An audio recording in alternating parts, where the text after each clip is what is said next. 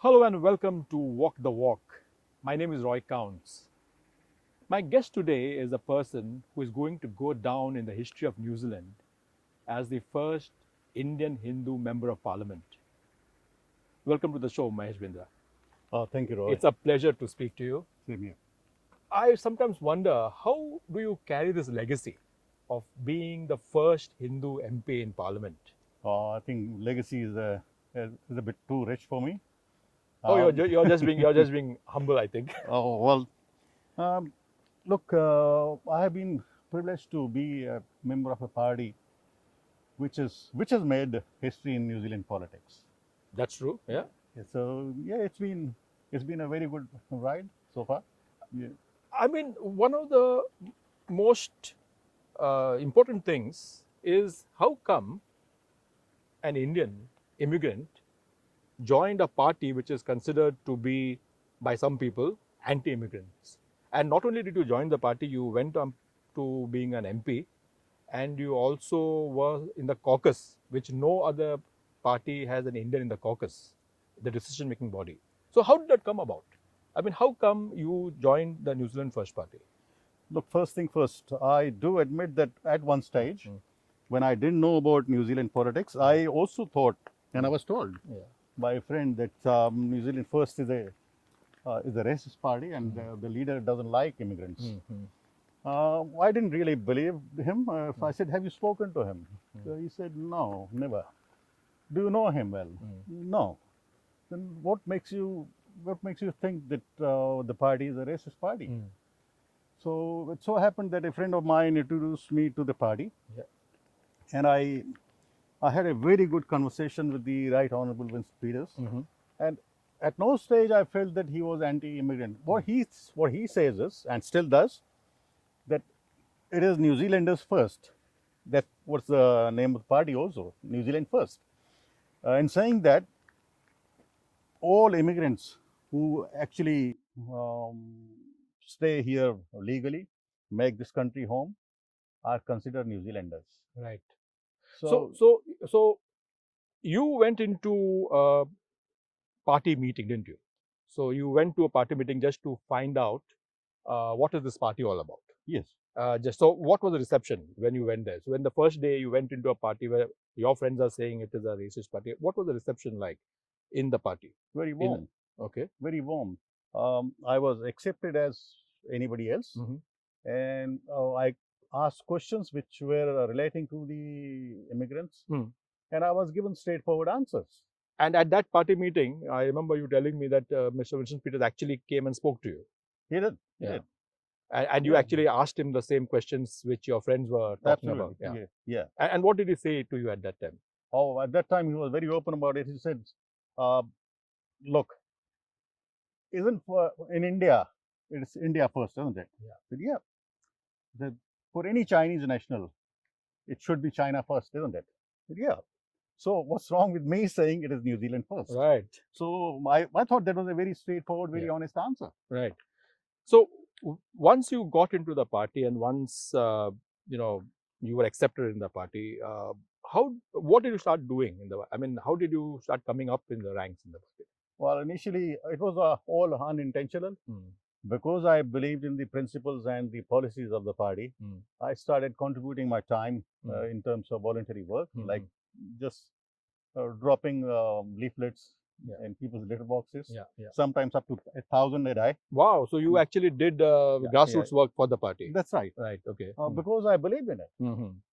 At that time, there was no intention of me, getting involved in the parliamentary team of the party. So you, at that time, you had no ambitions that you would become an MP or that you would have any position in the party. It was just that you believed in the party's policies. That's right. And you just worked for the party, just like an ordinary worker. Yeah. As a volunteer, I did some of the groundwork, like dropping leaflets, advertising for the party and things like that. Later on, as you would remember, that in 2008, we didn't get enough votes to come back to the parliament. Yeah. And between 2008 and 2011, we were out of the parliament. However, in those 3 years, we worked very, very hard, Mm-hmm. and we came back to the parliament in 2011 with Mhm. only 8 members. Mm-hmm. So in 2011, Did you stand for elections in 2011? yes, I did. Okay. Yeah. But Yeah. you didn't make it to parliament in 2011. No, I didn't, because the listing rank was about 21, Okay. and we were 8 of us. Mm-hmm. However, I was very happy that at least we are back in the parliament. Mm-hmm. 8 of us, and Mhm. very good members. Mm-hmm. So after that, in 2014, I was asked to stand again, and I did. And 2014 elections, we got enough votes to take 11 members into the parliament. Right. And after that, in a by-election, the leader won. In a by-election, the leader won the Northland seat, Mm-hmm. whereby our 12th member, which was Ria Bond, Mm-hmm. she also Gone came to- to the oh, parliament. right. Yeah. So when you first joined the party, what was the reaction from your fellow Indians, your friends? Were they surprised, or were they convinced that that was the right thing to do? Well, anybody who thought about the policies and principles and what the party means, they supported us. Right. And they still do, particularly our senior citizens. No other political party anywhere in the world has looked after their seniors so well. Mm-hmm. And Super Gold Card is just one of the things. That's right. That's only a small thing. But otherwise, all our policies, all our remits, and the discussions around the party structure is aimed at enhancing the lifestyle and the quality of life for our seniors. Right. Well, Mahesh, this is going to be a long talk, Yeah. and we can keep walking. But I think, why don't we just sit on this bench and continue our conversation? And it's a beautiful day today, isn't it? It is. Aren't we lucky to live in New Zealand? I know, and look at that. Look at the Paramukka lakeside. Yeah. Beautiful. It is. Absolutely stunning. I mean, sometimes on these days, Yeah. when you look at New Zealand, you feel you're so blessed to be in this country. We are actually. Yeah. So what was it like getting into parliament on that first day? You probably are there rubbing shoulders with people whom you have seen on TV, may not have met personally, you've read about them in the papers, and now you're in the debating chamber. What was the feeling like? To be honest, it was surreal for some time. But then it sank in about a couple of weeks. Because at the end of the day, everybody there is as human as you are.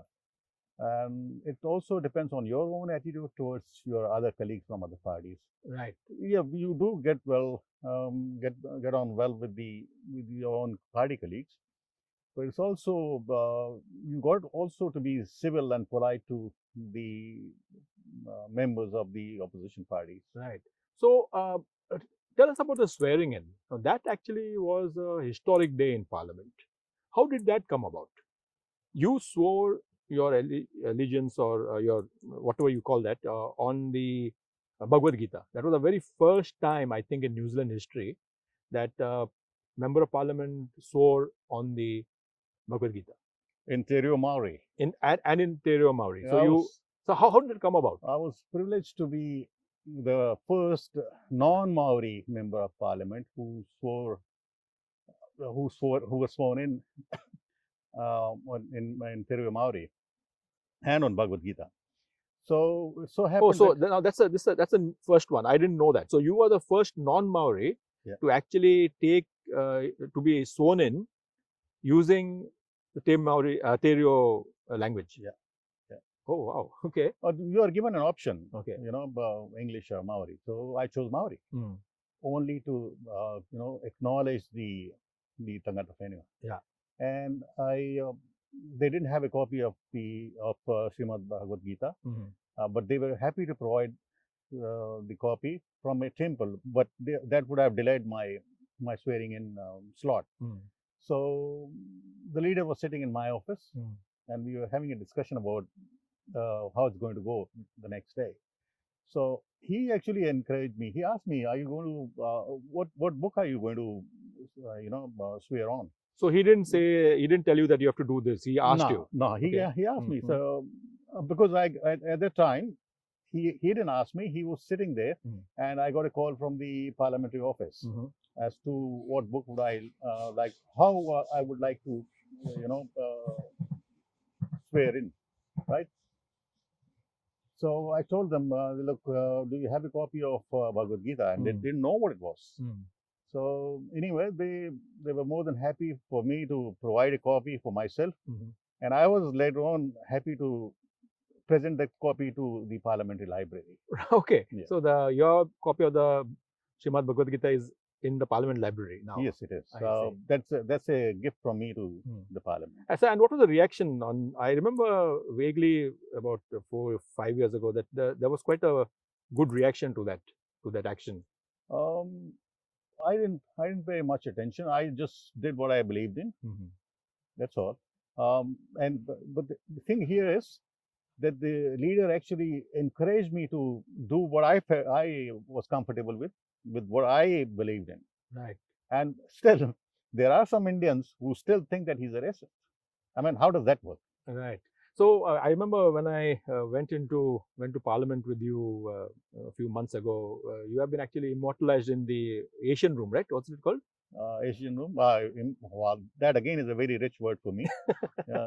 I mean, your photo will always be there in Parliament, as one of the. So would everybody else's who come from the Asian countries. Right. That's a room dedicated to MPs from Asian countries. Right. Similarly, there's the Pacific Islands room. Right. Okay. So once you went into Parliament and you sort of got into the groove of Parliament, got into what was it like? Because for someone you were in corrections before you joined. I was. Yeah. I mean, before you become an MP. Yeah. And so then I think according to government rules, if you are a government employee, then you automatically resign from your job and you become a member of Parliament. You have to resign. Okay. The day of your when you technically enter the Parliament. Right. Okay. Which is the election night. I see. Or the next day. Okay. Yeah. So I had to resign from my custodial job, which was with Department of Corrections. And so talk us through what was it like in the first few weeks in Parliament. So you did say that you settled down after a couple of weeks after having a very surreal experience.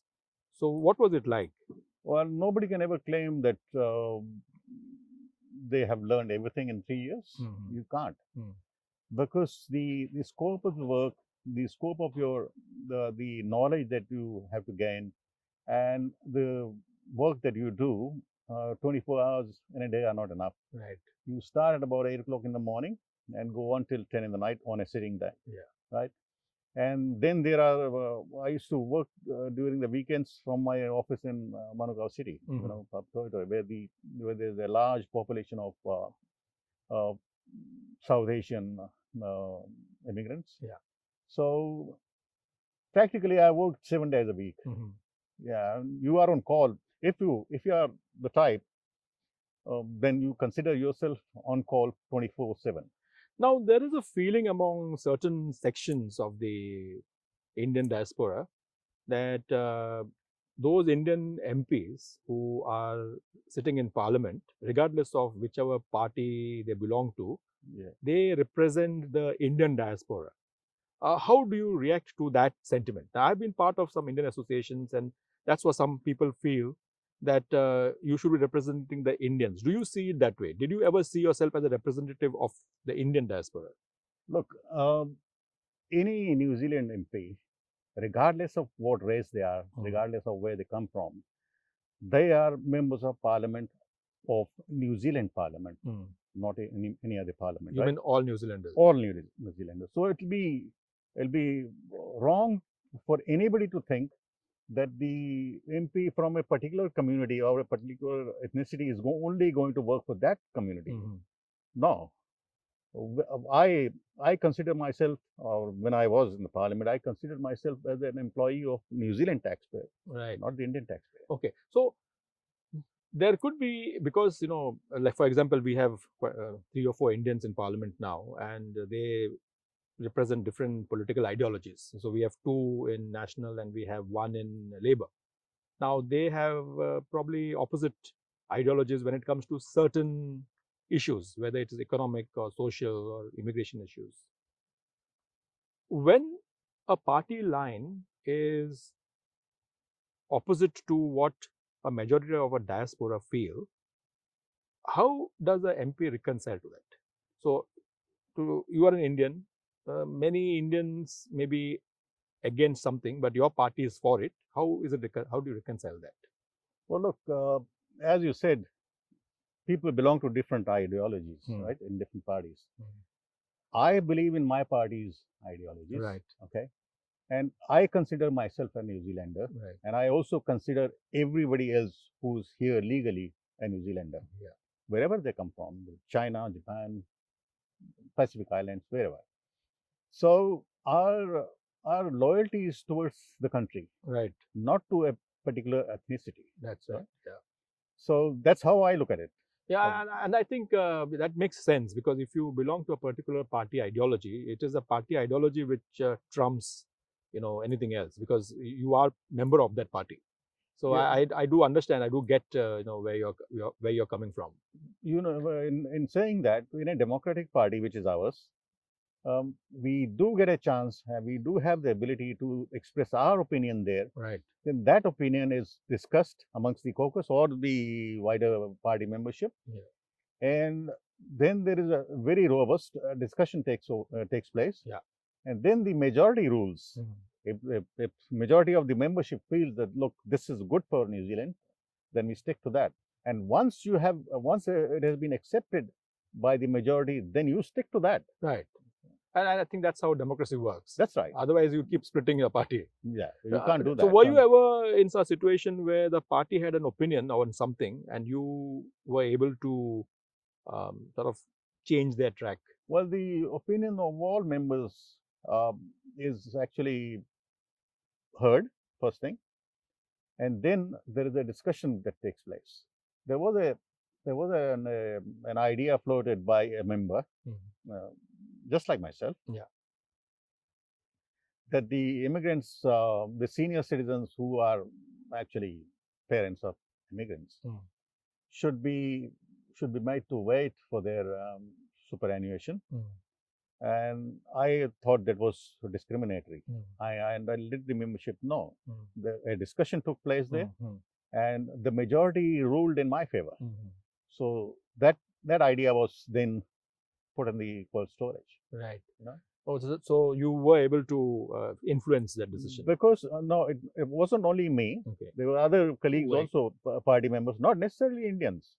But you raised that. Yeah, I raised that, and another colleague of mine who's not in the parliament now, Dennis O'Rourke. He is a very experienced lawyer. So he also thought like I thought, that this is discriminatory. So it would not stand legal scrutiny. Probably would have, but then it did not agree with our principles of fairness and equality. Right. Let's talk about your party leader, Mr. Winston Peters. He has been an enigmatic personality. He has been, the most polarizing person in New Zealand. So either people just love him, or there are people who don't agree with him. I wanted to say hate him, but I didn't want to use the word hate. However, he has done some things which have been very beneficial to New Zealand. And then he has also done, he's got some policies which many people think are not beneficial to New Zealand. When people ask you this question, how do you react to it? Well, look, how long is your program? We can go on. For how long? Because couple of days is not enough to describe him. Yeah. Either way. Yeah. Right. He has a certain charisma about him, and it's not possible to discuss Winston Peters in 1 hour's program. Okay. So I would rather leave it at that. Well, I always think of Mr. Peters as someone who shows you something here and does something here, and that probably that's a politician probably. So no, that's just one opinion. Yeah. How many? We have what, 5 million? Yeah. So there would be 5 million opinions about him.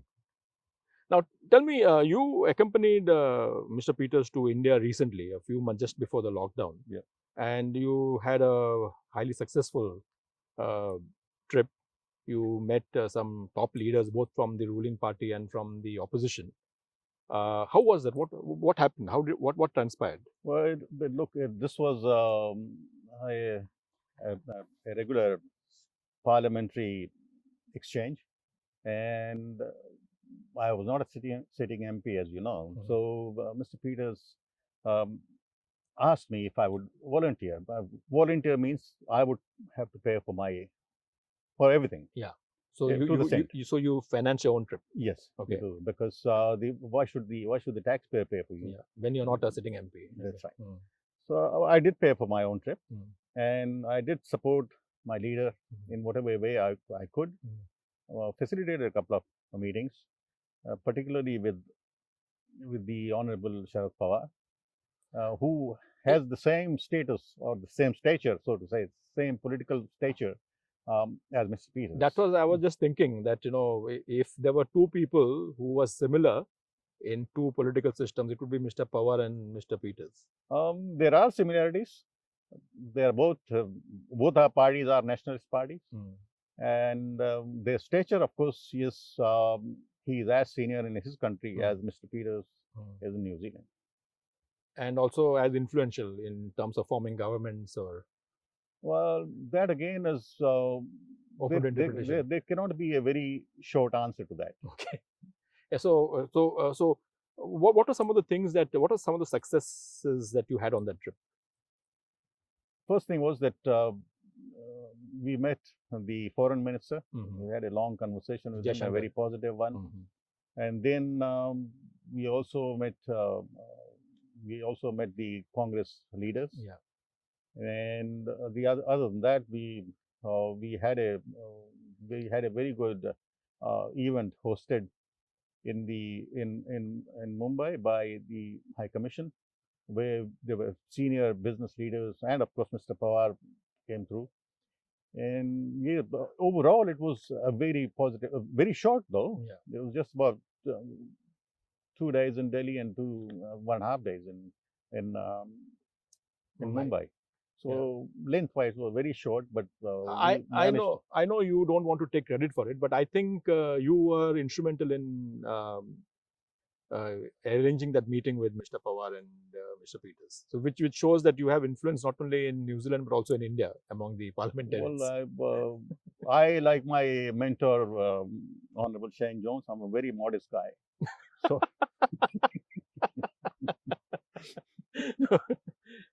Yeah, so I don't like to take credit. Yeah. But it was really good. it was worth it. It was worthwhile, going on the trip and spending some time with the leader and helping him the way I could. Now, one of the things which people are talking about now, especially after the COVID-19 crisis, is that New Zealand should not be putting all its eggs in one basket. And when I say one basket, I mean China, especially in terms of trade and in terms of other stuff. I had interviewed Mr. Peters on radio, and he at that time appeared to be bullish on India. He said there was a lot of cooperation, and in fact a lot of politicians are now actually talking about working with India. And I'm not talking about this as an Indian or because of some love for India. I'm just talking about it from an economic standpoint. India is a large market. It's as big as China. There could be some issues in terms of exports and all of that. How bullish is Mr. Peters on working with the Indian government? Look, we are very, very positive. Now it depends on India also how they respond to us. We are very open about it. Yeah. And as far as the ease of doing business is concerned, we are one of the best countries in the world. India is not. India still has to catch up in terms of ease of doing business. Right. Yeah. So, but in saying that, India is a massive economy, isn't it? Yeah. So we would be, as far as we are concerned, we are always happy to deal with democracies. That's right. You know what I mean? Yeah. One of the highlights of, I do not know whether you want to call it a highlight, but one of the things that happened on that trip was Mr. Peters went to Mumbai and he visited a brewery. And that was a New Zealand owned business. So tell us about that. Well, look, when I suggested the visit to that brewery, the question was, has New Zealand got anything to do with that business? And yes, there was.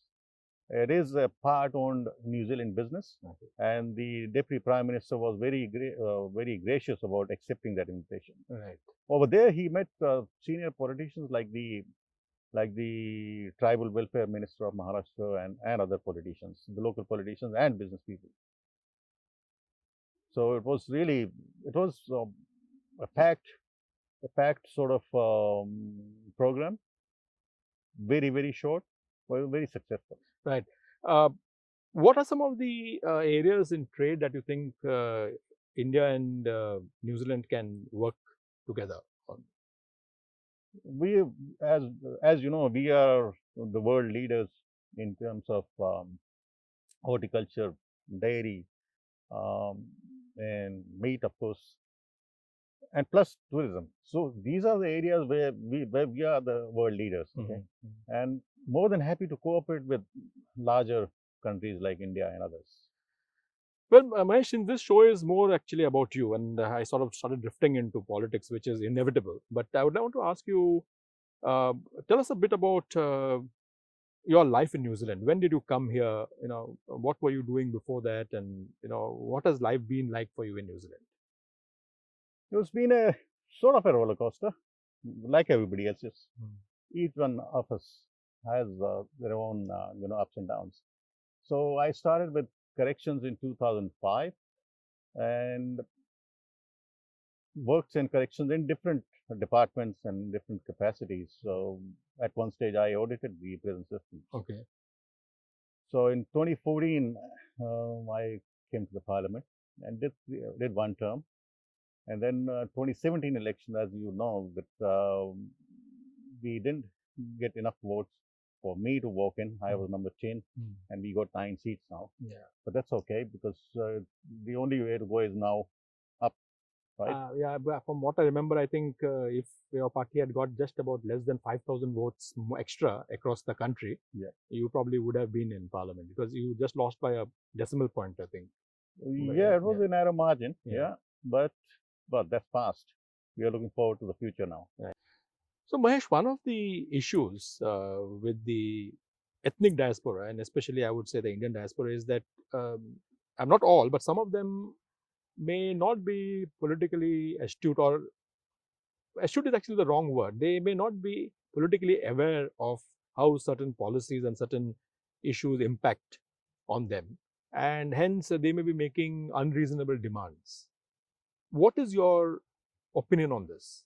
I would like to think that most ethnic communities and their members do have a fair bit of knowledge about how democracy works.